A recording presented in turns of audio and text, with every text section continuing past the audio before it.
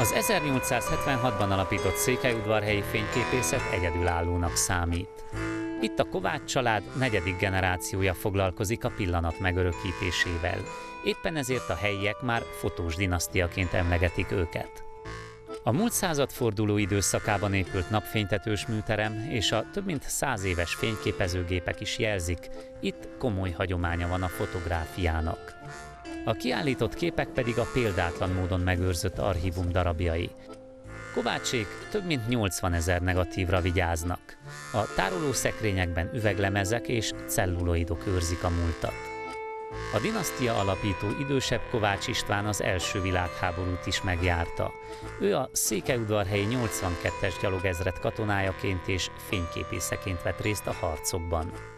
Nem volt egy háborús fotós, ő egy polgári, civil fotós, aki kikerül a frontra, és ezáltal a képei emberiek. Nem beállított képekről beszélünk, és ő igyekszik a háborúnak minden mozzanatát megfogni, nem csak magát a csatát, a harcot, hanem azt is, ami a front mögött található, és a háborúnak furán hangzik, de az emberi arcát is igyekszik megragadni. A 82-es gyalogezred katonáit Udvarhelyszék és a Csíki-medence fiataljaiból verbuválták.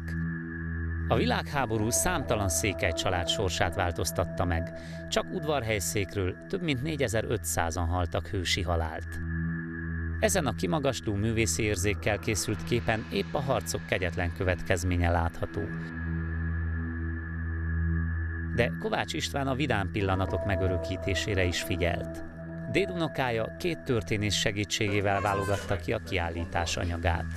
Az előkészítési munkálatok 6 hónapig tartottak. Csaknem 400 fotóból került ki az itt látható 50 világháborúra emlékeztető kép. Kovács Árpád örömmel kutatja az archívumot. A több tízezer negatív nagy részét már feldolgozták, de mindig akadnak meglepetések. Több órát, több napot töltök el egy-egy téma keresgélése közben, és akkor nagy öröm számomra mindig, amikor találok egy ilyen negatívot, és az mindig meg tud lepni engemet a megtalálása pillanatában, a felfedezett részletek, majd a digitalizálás, a számítógépes feldolgozás után, végül amikor kikerül a falra, akkor is nagyon-nagyon érdekes részletek kerülnek elé. Mikor rohamra mennek, akkor a sapkájukra egy ilyen kis fehér rongy van tűzve, hogy a sajátjai meg tudják különböztetni. Idősebb Kovács István a 82-es gyalogezred kötelékében az első világháború idején több országban is harcolt és fényképezett. Ezredét már a korabeli lapokban is sokat méltatták katonái bátor helytállása miatt. A fényképek a galíciai, a romániai és az észak-olaszországi frontvonalakon készültek. Ezek a képek szöveg nélkül magukért beszélnek a háborúnak az ezernyi arcáról. A háborúnak első pillanatában, tehát az orosz frontra kerülnek ki, és 1916-ban jelennek meg a román fronton, a román betörést követően, majd 1918-ban az észak-olaszországi frontokon is. A korabeli feljegyzésekből, versekből, dalokból a 82-eseknek a hősiessége tűnik ki. A korabeli jelentések is erre utalnak, hogy kiválóan megállták helyüket a különböző frontvonalakon. Kovács István világháborús fényképei pedig ma is megállják a helyüket.